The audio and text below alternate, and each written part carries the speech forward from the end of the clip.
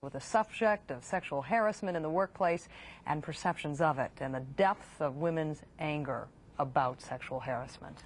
Let's go to just outside the Capitol hearing room and CBS News Chief Washington correspondent Bob Schieffer with our law correspondent Rita Braver. Bob, bring us up to date on what happened this morning and what's going to happen when the hearings resume about 12, 15 minutes from now. Dan, I first had better bring you up to date on the weather. It looks like some kind of a thunderstorm is moving in here. We may not be able to stand here for very long, but in the time that we have, it was one of the most dramatic days ever seen here on Capitol Hill. It was the accused person who went first, and his testimony could not have been more dramatic as he denied categorically the charges against him. I categorically denied all of the allegations and denied that I ever attempted to date Anita Hill when first interviewed by the FBI. I strongly reaffirm that denial.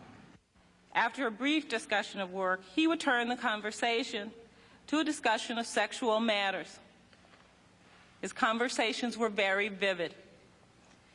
He spoke about acts that he had seen in pornographic films involving such matters as women having sex with animals, and films showing group sex or rape scenes. So to say the least, Dan, it was the sort of thing that one sometimes hears about in baseball or football locker rooms, very seldom hears about in congressional hearings like this one. This afternoon, Ms. Thomas will come back for more questioning, then we'll hear again from Judge Thomas. Dan. Let's bring you into this, and we've tried to do some giving people a pause and saying, all right, now let's try to put a frame around this for you, some context and perspective.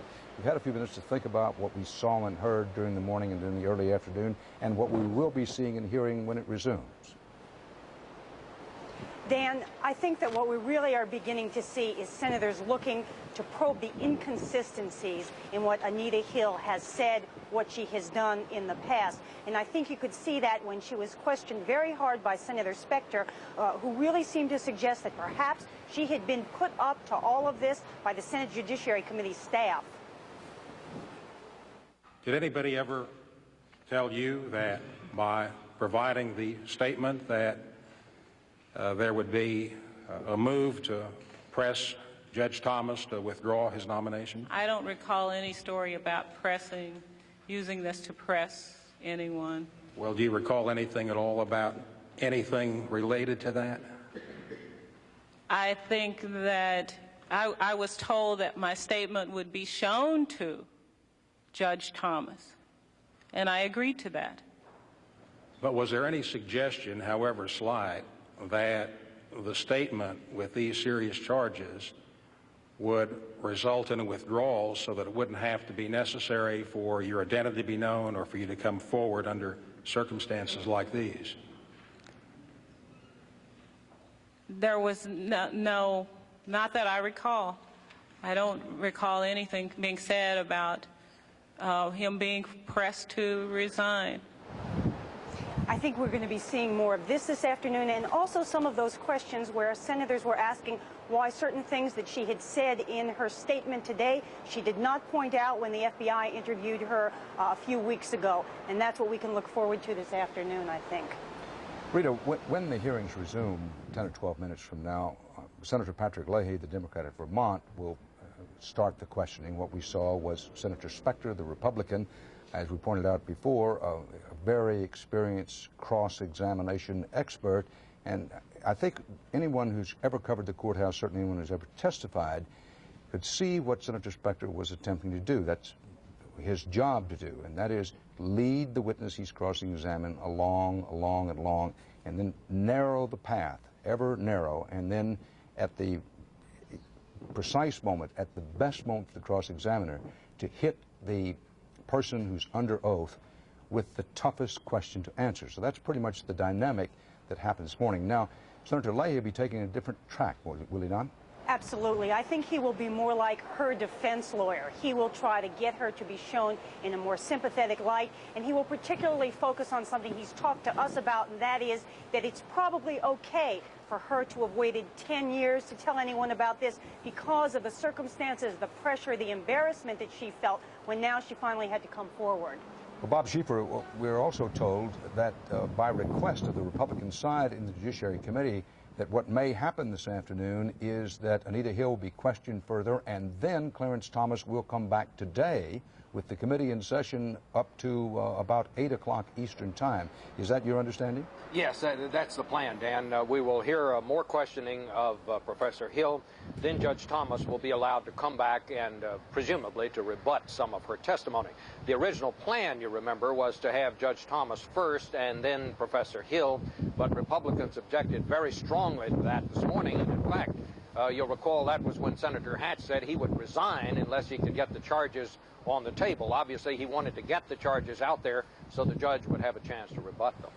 Rita, earlier, Dan and I both spoke with Senator Orrin Hatch, who said he did not find Ms. Hill's testimony believable. He didn't talk about specifics in that sense, but I'm wondering if you can tell us what feedback you've gotten from other Senate Judiciary Committees and their reaction so far to what we've heard. I have a feeling that nothing that happened today changed anybody's mind, that people came into this in this committee. Now, that's not the whole Senate, because I think a lot of those people are undecided. But I think there are people in this committee who don't like Clarence Thomas, don't think he should be confirmed, and there are others who like him a lot, think he should be confirmed. I think that none of this, because both of these people were so strong, changed anybody's mind. Randall Pinkston is at the White House. Randall, President Bush, we're told, watched the proceedings. Did he watch them all the way through? No, Dan, he did not. He watched the proceeding this morning when Judge Thomas made his opening statement to the Judiciary Committee. The president had other matters on his schedule. He had to meet with the NATO Secretary General, which he did. But at that time, he took the opportunity to comment on Judge Thomas's appearance, once again voicing strong support for him. And for the first time, interestingly, the president spoke out forcibly against those he believes are smearing, the president's words, smearing Thomas. He suggested that while Thomas doesn't believe he can ever restore his good name, Mr. Bush said that the American people are fair, that Thomas will be confirmed, and that at that point his good name will be returned to him. We aren't quite certain how the White House is responding to Hill's testimony at this point. If we can read anything at all, it would be through Orrin Hatch's comments that they don't really believe her. But at this juncture, the press secretary's office has disappeared, and we're not getting our phone calls returned. I suppose you could interpret that, Dan, as a sign that the White House isn't quite pleased with the way things are going so far. Randall Pinkston at the White House in our CBS News live coverage of the Senate Judiciary Committee's hearings on the Clarence Thomas nomination continue after these messages.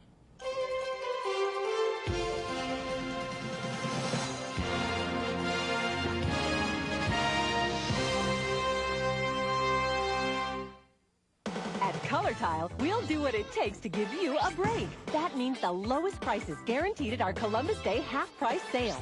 Plus no payment for 90 days. At half price, nobody can beat us on vinyl tile, ceramic tile, even DuPont Stainmaster carpet, plus mini blinds and wall coverings. Buy one, get two free. It's our guarantee that our customers get the best buys on all the best brands. Color Tile does what it takes to give you a break. So hurry to our Columbus Day half-price sale. It ends Monday. Without warning, our weekend trip went from sunny to shivery. Thank goodness we found the family outerwear sale at JCPenney. Save 25 to 50% now on every coat and jacket in the store. I found one of those new swing coats. The kids got jackets. And Dave picked a leather bomber. The store-wide family outerwear sale at JCPenney. It turned out to be one of the warmest days we ever spent at the beach. The average house contains over 2,000 square feet of space that constantly needs to be cleaned. Yet one thing does it all. Direct Multi-Purpose Cleaner. It's so versatile, it cleans almost anything, anywhere in the house. Lysol Direct. It cleans everything under the roof. Mice. For everyone you see, there may be 15 or 20 that you don't see, and they eat in many different places. A very unhealthy situation. But put Decon Mouseproof in the places mice feed, like behind the refrigerator, the cupboard, the washer, and you'll eliminate them faster. Decon Mouseproof gets mice right where they live. Oh, what people do to clean tough stains under the rim. Because for some bowl cleaners, that's a real stretch. Try a different angle. The angle neck of Lysol Toilet Bowl Cleaner. It easily goes under the rim and wipes out stains and germs. Don't get bent out of shape. Get Lysol Toilet Bowl Cleaner, the heavyweight with a powerful angle on cleaning. As we wait for the questioning of Anita Hill to resume in a few minutes here as part of our CBS News live coverage, let's go out to Los Angeles and CBS News reporter Ron Allen, who's at Jerry's famous deli, having just finished his lunch. Ron, what do you find the feeling around the delicatessen today? Good morning, Dan. Actually, it's the early lunch crowd out here, and we found a very different divergence of opinion between men and women that we've talked to about Anita Hill's performance, about Clarence Thomas's statements. We have with us Lori Leon and Michael Verona, who we met here earlier this morning. What did you think of Anita Hill and what she had to say? Is she credible? Do you believe her? I sense that she was genuinely distressed by the events that took place. I do find the timing a bit questionable, although I can understand it because I'm sure from her point of view that a person being nominated to this position, their character and their attitudes toward women have a lot to do with, you know, the future rulings this guy's going to make. You know, I would be concerned about that too, and perhaps that's why she waited until this point to bring it up. Michael, who do you think is really on trial here, so to speak? You've expressed a lot of concerns about the process. Yes. To me, getting back to what Lori said, I believe very strongly that Anita Hill's timing was impeccable. And three words come to my mind: hypocritical, immoral, and political. She reminds me very much of the woman who cried rape after the 10th time. And the process whereby the Senate has the right to impose itself on something that happened 10 or 15 years ago, maybe, is something that I find reprehensible. I don't feel it's right. Do you think Clarence Thomas should still be confirmed? A man should be judged on his ability to do his job, not his ability to look at a woman and wink. Lori, what do you think about whether the ultimate question of whether you think all of this, regardless of who's telling the truth, and something obviously seems to have happened, do you think Clarence Thomas should still be confirmed? I don't believe Clarence Thomas should be confirmed, no. Speaking as a woman and knowing, you know, there's got to be a little bit of truth to what she says, at least, even giving her the benefit of the doubt. This guy's attitude towards women does not make me happy to think how that is going to enter into the picture when it comes to making, you know, judgments on cases that have to do with the rights of women, our freedoms as individuals, you know, equal opportunity in the workplace, you know, that kind of thing. Thank you very much, both, for joining us. As you can see, Dan, Paula, a very different opinion between men and women here in Los Angeles about what they've been watching. Ron, if I may hold you there for just 1 second, it occurs to me as you were talking there that there obviously are differences of opinion that cut along the lines of gender, but what about generation? Could you ask our friends there whether they think that there's a generational difference in attitudes about sexual harassment? Dan Rather just asked the question of whether or not you think there is a generational difference between questions of sexual harassment. You're obviously from different eras. Lori, why don't you go? Generational difference. Are younger people more sensitive, younger women more sensitive to these concerns? Actually, I think it's the opposite. I think younger women, because you know, there is more sexual freedom among young people these days, you know, and ideas. My mother's ideas about sexual activity and that kind of things are vastly different from mine, obviously. So I don't think, if anything, I think that younger women would be less sensitive to it. You know, I think it depends on how blatant it is. You know, someone asking you out is one thing. As long as it's not interfering with my job or I'm not penalized for turning that person down, I'm not going to take offense at it. What do you think, Michael? Of course, there's a generational gap, and that comes across very easily when you realize there's a time gap. Standards have changed. A person's ability to relate to certain things have changed. I remember living today, the children today know much more than I ever knew when I was 10 years old. But here's a situation where Anita Hill and Clarence Thomas are essentially the same, very close in age. Do you think there was some misperception of what was said or what wasn't said or what it might have meant or not people looking at the same accident, you'll have 100 different stories. I just believe very strongly that Anita Hill may be very honest and very, very realistic in her approach to what happened to her, and so is Mr. Thomas. I just think they're overreacting. They're turning a pimple into skin cancer for political reasons. Thank you very much. Stan, back to you. Ron Allen at Jerry's famous delicatessen in Los Angeles. Let's just, at least in terms of a camera shot, take a look at the Senate Judiciary hearing room. This is the sort of milling about. Most of these people are staff members of the committee itself or on the individual senators' staffs and our journalists. There were about 106 seats open to the public at large there. The lines formed early as Anita Hill enters the room now. Anita Hill will be back under the lights, under the cameras and microphones, and metaphorically at least under the gun. These Senate hearings and in this Senate Judiciary room, the one we just saw there, when it reaches this level with so much at stake, a Supreme Court nomination, the reputations of two hard-working, up by their bootstraps individuals, what you have in effect there is a cauldron that's hot and it's toxic.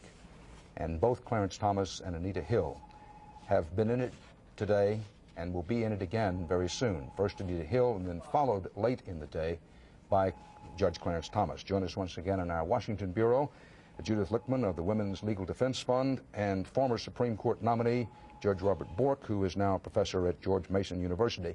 Quickly, as we began the hearings, Judith Lichtman, your reaction to what we saw and heard this morning and this early afternoon?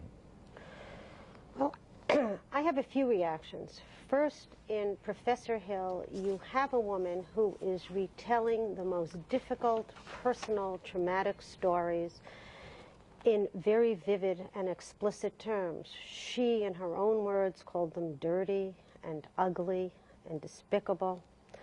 And I think the genuineness and the difficulty with which she had to tell those stories comes out. I don't have the sense that people believe that this is a woman who's being manipulated or that she herself is political.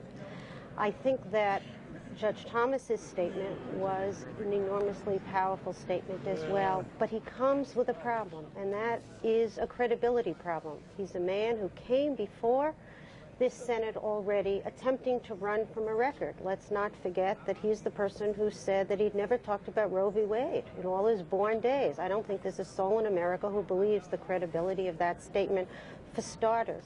And then you've got a president this morning who accuses Professor Hill in somewhat, but not very oblique terms, of smearing Judge Thomas without ever hearing what she had to say. Ms. Lichtman, forgive me for interrupting, but Senator Biden's in the room, and I want to give Robert Bork a chance to at least get in a few words here. Judge Bork?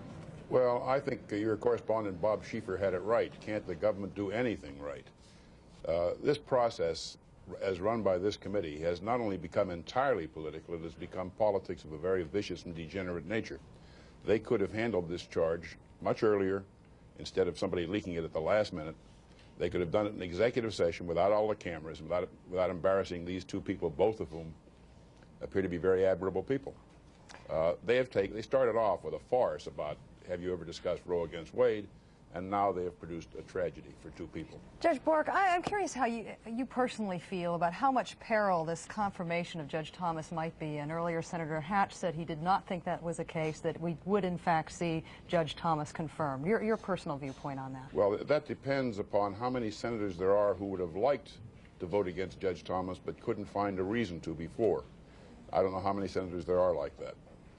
And they can always say, well, I'm left in doubt, and therefore, I just can't call the numbers anymore. I early on expected him to be confirmed almost overwhelmingly.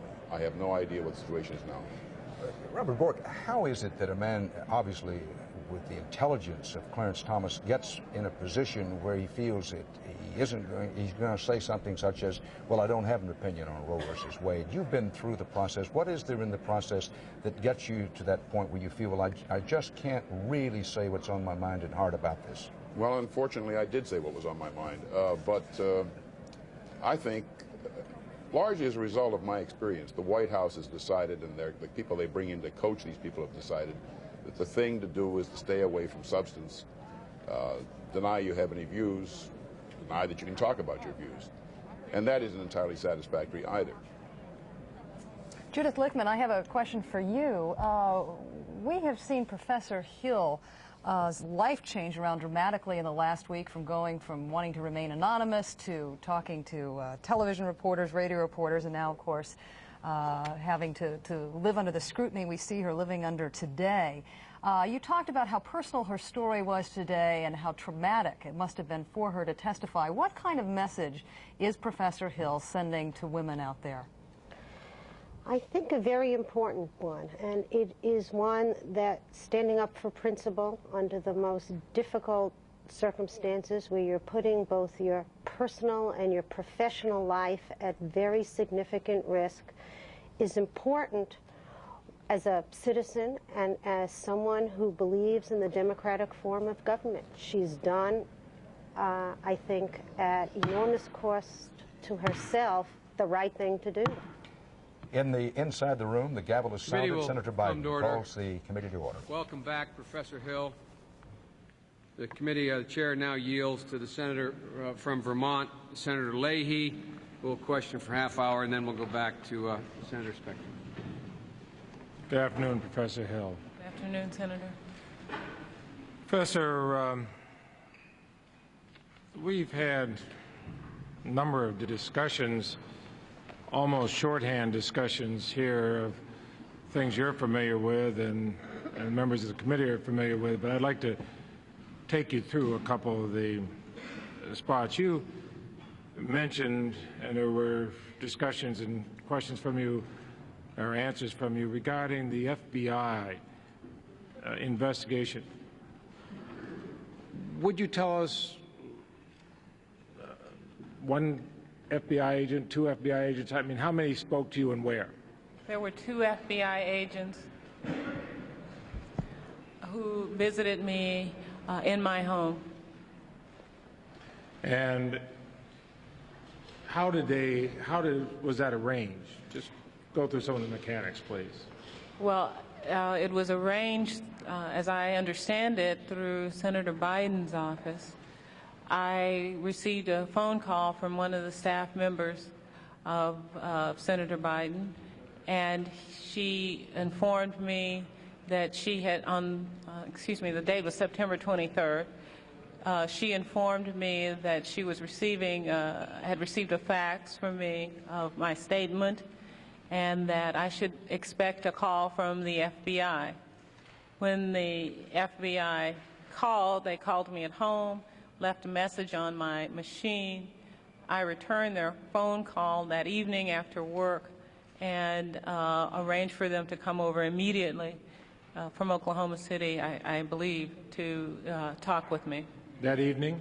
That evening, on Monday, September 23rd. And about what time did they arrive? They arrived at about 6:30. And who arrived? Inspector Luden, and there was one inspector named Inspector Luden, and I don't recall the name of the other individual. One male, one female? One female. Right. Now, was anybody else present for that interview? No, no one else was present. It was just the 3 of you? The 3 of us, yes. Did they tape record the interview? No, one inspector did take notes.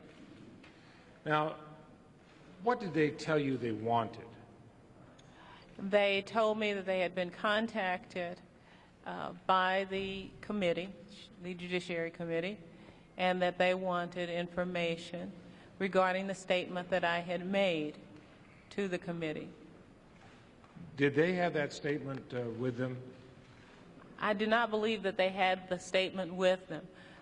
It was clear from the questioning that they had read the statement, and I believe at one point in the evening, Inspector Luden did say that he had read the statement. When you made that statement, you had it typed up and you signed it, is that correct? I typed it and I signed it. You typed it and signed it. And kept a copy for yourself? I only telefaxed the copy. I did keep the copy, the original. And you still have that? I still have it.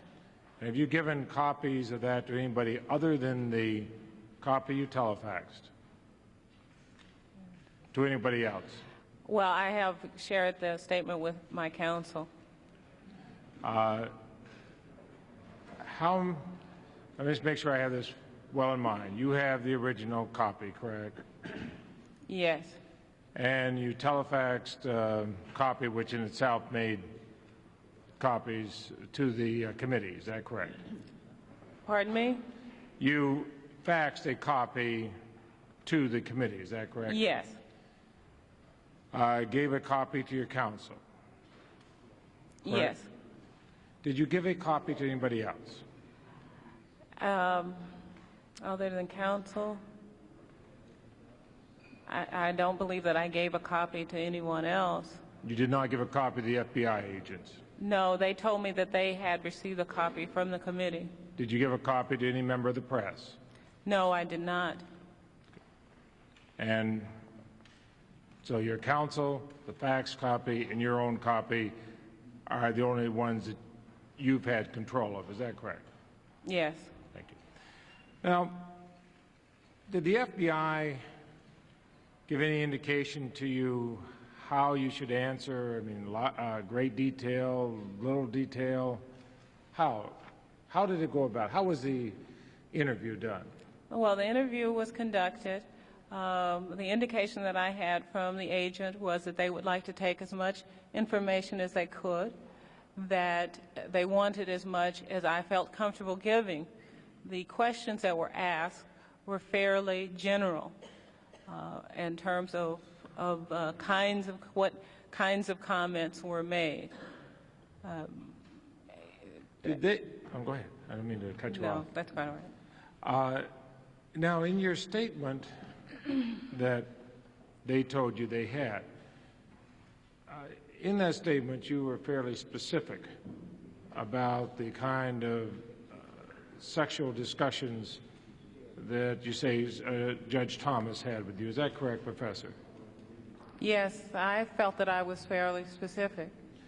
Did they refer to any of that specificity when they talked with you? I'm sorry? Did the FBI agents refer to that specificity when they talked with you? They simply said that if I got to any point with regard to being specific that made me uncomfortable, that I should withdraw from the conversation, or I could perhaps give the information to the female agent who was there. They did not indicate that my comments were not specific enough, that they needed more information. Did they say that they might come back and talk with you again? Yes, he almost assured me that he would come back. But did they? In fact, they did not come back. I did receive a phone call the next day to verify 2 names of persons that I had given them, but they did not return for more information. And has anybody come back to talk with you since then? From the FBI? From the No, FBI. I have not spoken with the FBI since then. Now, you got a chance to read their report about you this morning, Yes, did you not? I did. Let me, if you could just bear with me a moment. I want to read. Do you have that before you? Yes, I do. Would you turn to the part of the FBI report, and someone's getting me a copy now because I do not have one, but turn to the part where you have reference to the last time, or the time you went out to dinner with Judge Thomas. You know the one I'm referring to? Mm-hmm. Yes. I believe it's on the second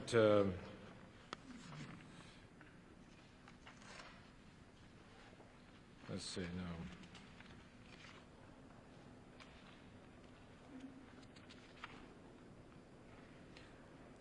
Yes, on page 4 of it, where is there a line that said Hill, according to the FBI report, Hill stated that when she left EEOC, Thomas took her out to eat. You find that paragraph, Professor Hill? I'm sorry. What page are you referring to? On page 3 of your Page 3, report, I see. you see the paragraph which begins, I think it's a 1, 2, 3, 4, 5 paragraphs down. Hill stated that when she left EEOC, Thomas took her out to eat. Yes. Would you read the rest of that sentence, please? took her out to eat and told her that if she ever told anyone about their conversations, he would ruin her career. Now, is that precisely the way it is in your statement? That is not precisely the way it is in my statement. That is not what I told the FBI agent. And what did you tell the FBI agent? I told the FBI agent that he said that it would ruin his career.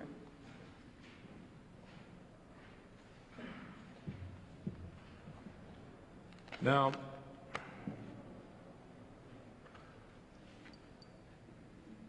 the FBI agents, did they ask you to give them any written statement of any sort? I know No, they didn't ask for any written statement.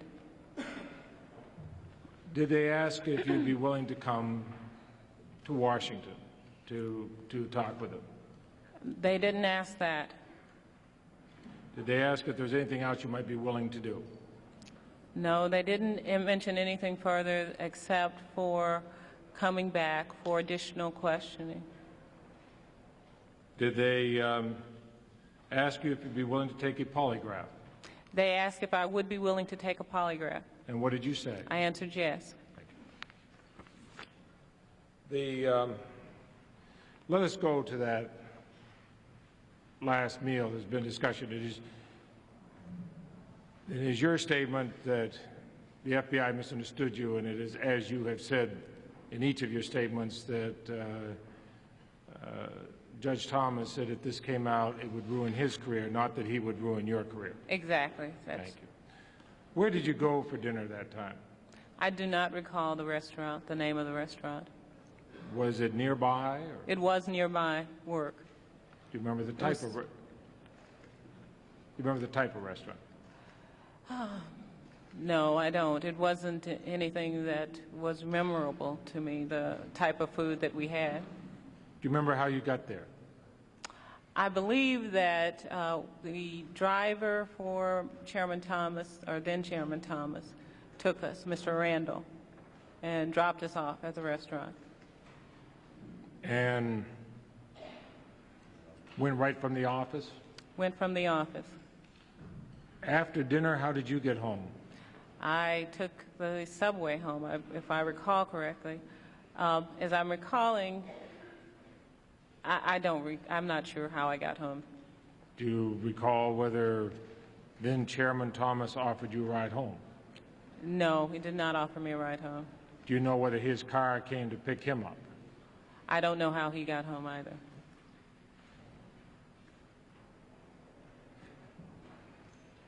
Do you recall approximately how long a time was this? Was this a case where you had to stand in line a long time to get a table or anything like that? No, we walked right into the restaurant, sat down. I imagine that it was about an hour all told. Do you have cocktails? I did not have cocktail. Anything alcoholic? I don't recall having anything alcoholic. How long into the meal did the conversation you've discussed come up? How long were you into the meal before the conversation you've just described came up? I believe it was well into the meal, maybe midway, halfway or beyond.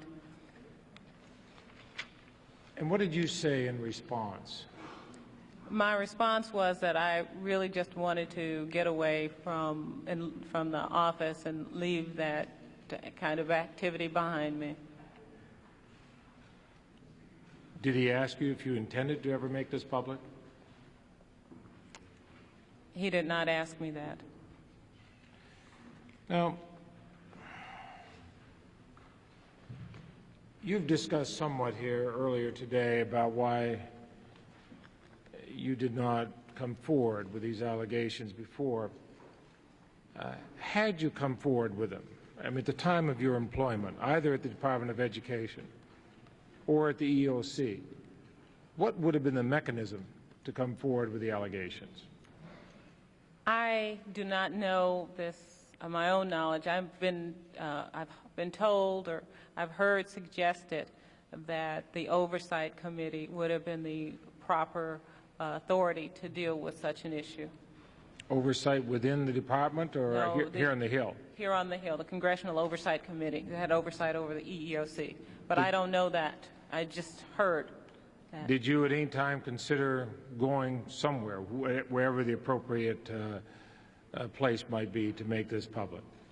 I considered it, but I really, at the time, I did not clearly think out exactly where I would go. Had you come forward, what do you think would have happened? Well, I can speculate that it might have been difficult. I can speculate that had I come forward immediately after I left the EEOC, I can speculate that I would have lost my job at Oral Roberts.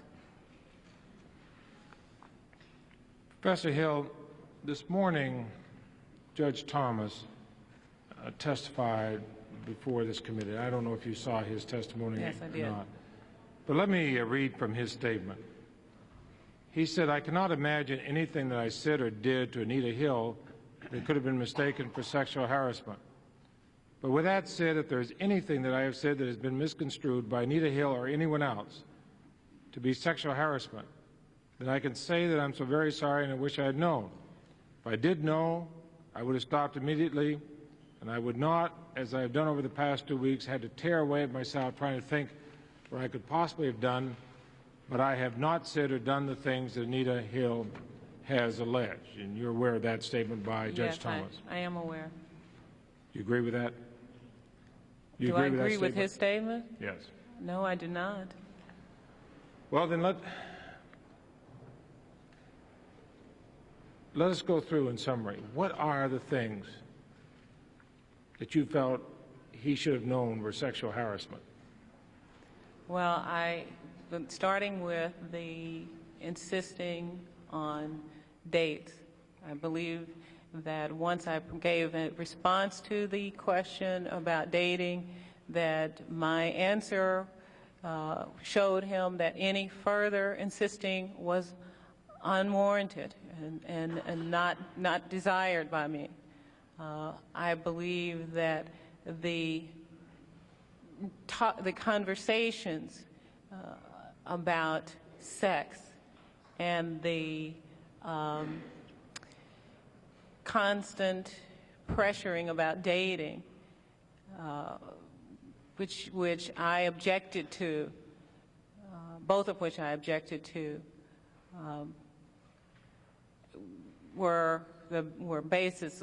There was enough for him to understand that I was unappreciative and did not desire this kind of attention in the workplace. I think that my constantly saying to him that I was afraid, because he was in a supervisory position, that this would jeopardize my ability to do my job, that should have given him notice. Did he ask you, well, you have said that he asked you for dates many times. Mm-hmm. By many, what do you mean? Can you give us even a ballpark figure? Oh, I would say over the course of... both the Department of Education and the EEOC. Oh, I would say 10 times maybe. I don't know, 5 to 10 times. And you said no each Yes. time? With the exception of the departure dinner, which you've just testified to here. That was not a date, and I made clear that it was not considered to be a date. And on that one, while you rode to the restaurant with him, you did not leave the restaurant with him. I mean, you did not go. No, I did not. You took the subway home and...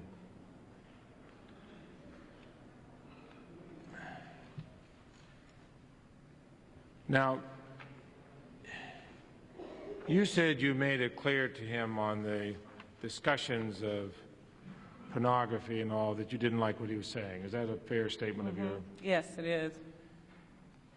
Were these often or ever, these discussions of pornography or sexual acts, coterminous with a request to go out on a date? I mean, did they come up in the same conversation, or was one on one day and one on the next? I cannot say that they came up in the same conversation. What did you say? Well, let's go back to this. You said that he described pornographic movies to you. Is that correct? Yes. And explicitly described them? Yes. When that happened, what would you say, or what would you do? I would say, specifically with the pornographic movies or material, I would say that I'm really not interested in discussing this. I'm uncomfortable with your talking about this kind of material. I would prefer that not to discuss this with you. You'd be that clear about it. Would the discussions end when you said that? I mean, for that occasion. Yeah, for that occasion, very often they would. Sometimes I would have to say it more than once, but yes, they would. You said this, do you ever hear him say this to anybody else? These kinds of? Yes. I did not hear it. Did anybody ever tell you that he did? Anyone ever tell me? No, no one ever told me that he did the same with them. Did he say these things to you in your office at any time? There might have been some occasion when he said it in my office. But you do recollect him saying it to you in his office? Yes. Is that a big office or a small office, taking either of the two jobs he held? Well, I think both were relatively large offices. I remember the EEOC set up a little bit more clearly. I was there longer, but they were both large offices.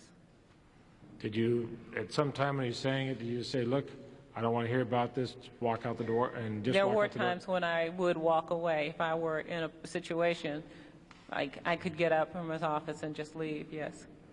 You said you could get out. Did he ever try to stop you from going out the office? No, he did not. Not physically. In any fashion? Well, he may say, like, he might. Don't go any further? Oh, not, and he might have said, don't go, or, okay. What, you mentioned happening in a cafeteria. People within earshot? Anybody within earshot when it happened in the cafeteria? Not that I could see, anyway. There may have been someone in earshot. Now, you testified to this today. You've given the statement that we've referred to. You discussed it with the FBI. Let's go back more to a time contemporaneous when this happened. Did you discuss it with anybody at that time? Yes, I did. And who did you discuss it with at that time? Well, Sue Hirschner, I did discuss it with Sue Hirschner. She was a friend of mine and someone I confided in. And I spoke of this to other people also. Let's talk about Ms. Hirschner. Was that when you were at EEOC or at the Department of Education? That was at Education, I believe. And what was your relationship to her? Was it a co-worker? No, she was not a co-worker at Education. We had never worked together. She was a friend from law school. How often did you discuss it with her? Maybe once or twice. We did not discuss it very often. I can't say exactly how many times. What was the nature of your discussion with her? Well, I was upset about the behavior, and that's what I was expressing to her as a friend, that it was upsetting and that I wanted it to stop, and maybe even ask for advice or something to help me out of the situation. And did she offer advice? I don't recall her offering any advice. I'm not sure exactly what she said. I think she offered more comfort because she knew I was upset. And did you discuss it with somebody else? Yes, I have discussed it with other people. at that time? Yes, at that time. And who was that professor? I discussed it in passing. Well, no, not in passing. I discussed it with Ellen Wells, who is another female friend. She and I were close during the time, and we had a conversation. In particular, we were talking about what I should do, how I should respond to it, what might make it stop happening. At the time, in addition, I was dating someone, John Carr, and we discussed it because I was upset by it, and I wanted to let him know why I was upset, and again, just trying to see if there might be some way that he could handle this differently. And did he give you a recommendation? I don't recall whether he did. You said when you talked with Ms. Was there anybody else you recall? At this point, I don't recall. You said when you talked with Ms. Hirschner, you were very concerned, upset, and that's why you did. Describe to us how you felt when this happened. Well, I was really upset. I felt like my job could be taken away, or it could be at least threatened, that I wasn't going to be able to work, that this person who had some power in the new administration would make it difficult for me in terms of other positions. It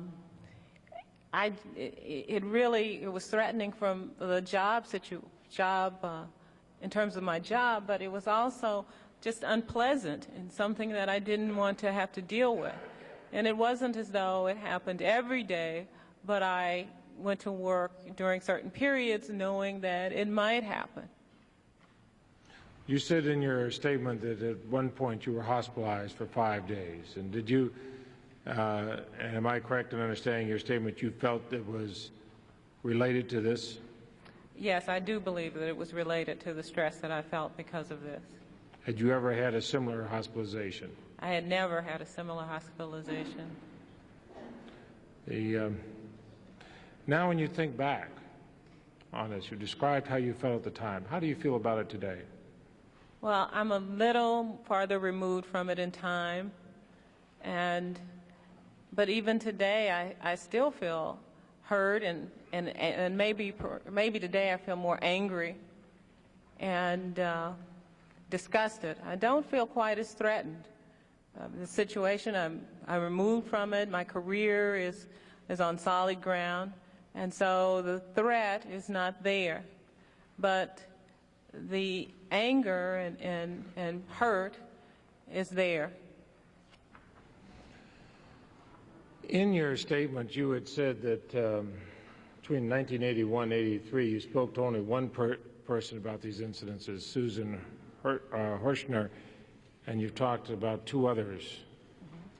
Now, is there a contradiction there? Well, in my statement, I do say that I only spoke with one person. That is all that I recalled at the time that I made the statement. I'm recalling more about this situation. I really am finding that I repressed a lot of the things that happened during that time. And I am recalling more in more detail. When I made the statement, too, I might add that I made it rather hurriedly, and even though I had been thinking about the situation, I had not perhaps given all of the consideration in terms of who I had told that I should have for such a statement. Since this began, for whatever series of reasons, and there's been discussion, debate about how all this came about, this has become a most public matter. You can't get much more public than the situation we're in right now. And Judge Thomas has been up for confirmation on other occasions. Did you think any of those other occasions of coming forward and giving, in effect, the same testimony you're giving here today? I may have considered it, but I was not contacted in those confirmation hearings, and I did not come forward on my own in that confirmation hearing, the most recent one. You mean this one? Not this one, but the prior one. Prior one. Had you been contacted in the prior one? I had not been contacted in the prior one. But you were contacted in this one? And I was contacted in this one, yes. I realize, and where my time is virtually up, this requires speculation, and you kind of cannot answer as you see fit. Had you not been contacted, would you have come forward on this time? I cannot say that I would have. Chairman, I have a lot more questions, but my time is up, and I'll stop with that. Thank you. We'll give you an opportunity, Senator, to complete those. We now recognize the Senator from Pennsylvania, Senator Spector. Thank you, Mr. Chairman. Professor Hill, yes, Senator. There is a report in the Kansas City Star of October 8th, 1991,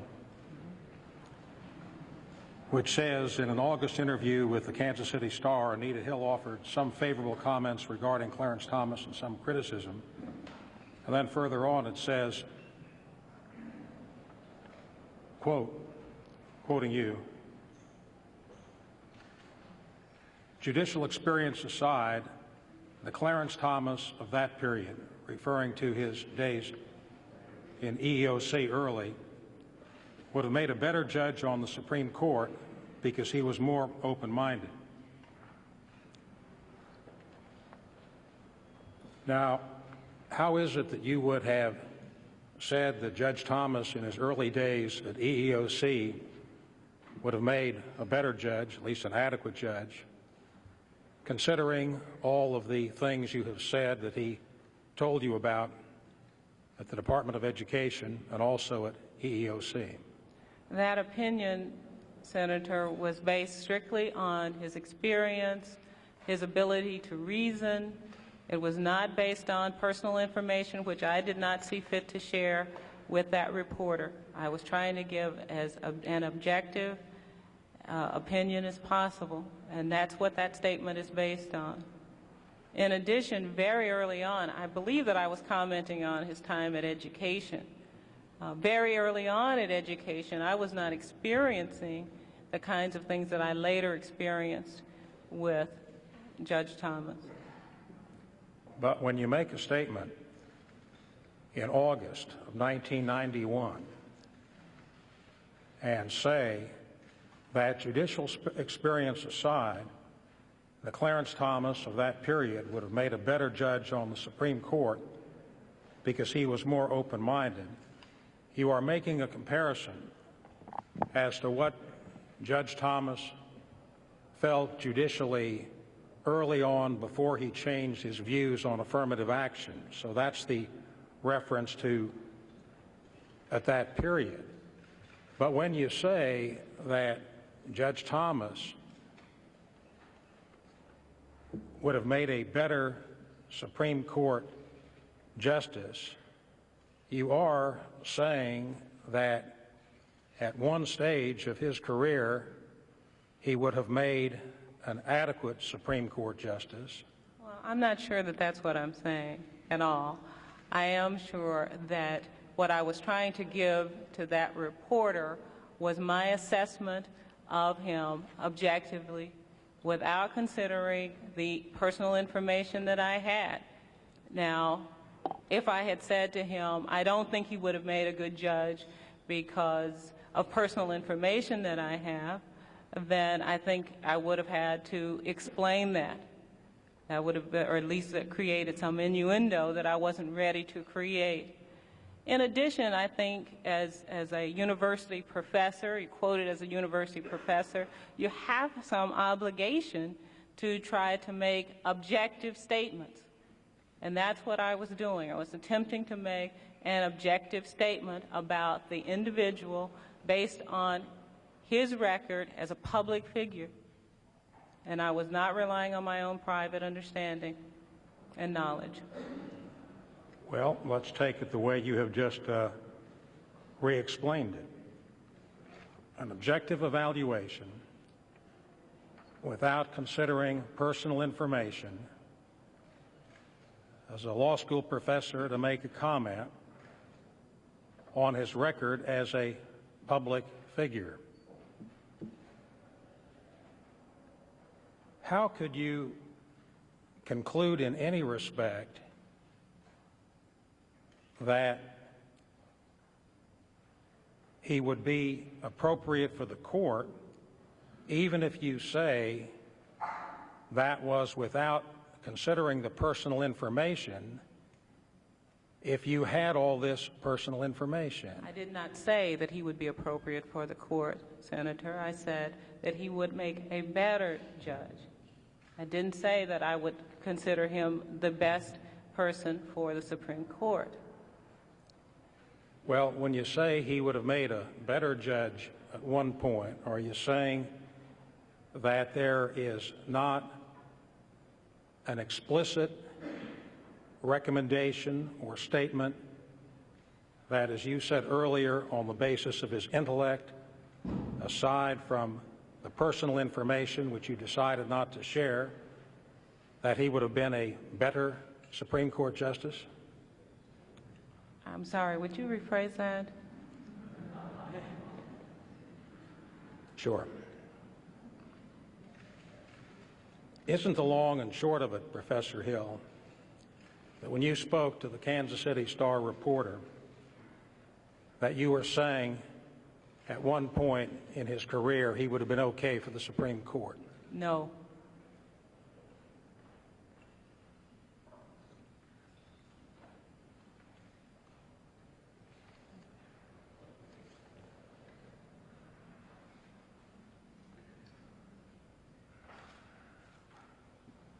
What were you saying as to Judge Thomas's qualifications for the Supreme Court when you spoke to the reporter in August?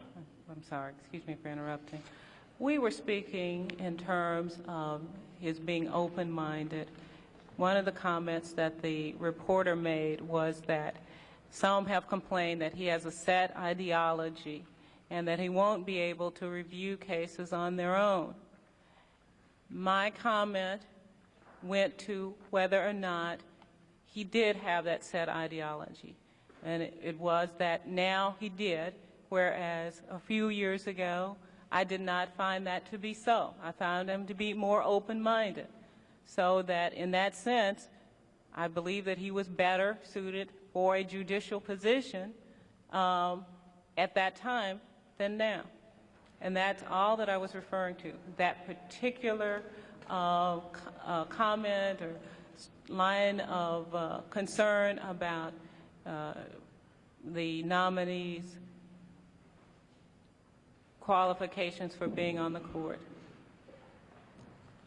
Well, it is certainly true, Professor Hill, that your statement has a comparative that Judge Thomas would have been a better judge for the court, Supreme Court, at an earlier point of his career. But if you stand on your statement that this interview does not contain a recommendation for Judge Thomas, so be it. That's your position? Yes, it does. That is my position. Thank you. Did you ever maintain any notes or written memoranda of the comments which Judge Thomas had made to you?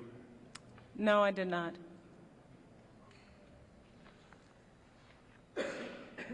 In your statement and in your testimony here today, you have said that you were concerned that Judge Thomas might take it out on me by downgrading me or by not giving me important assignments.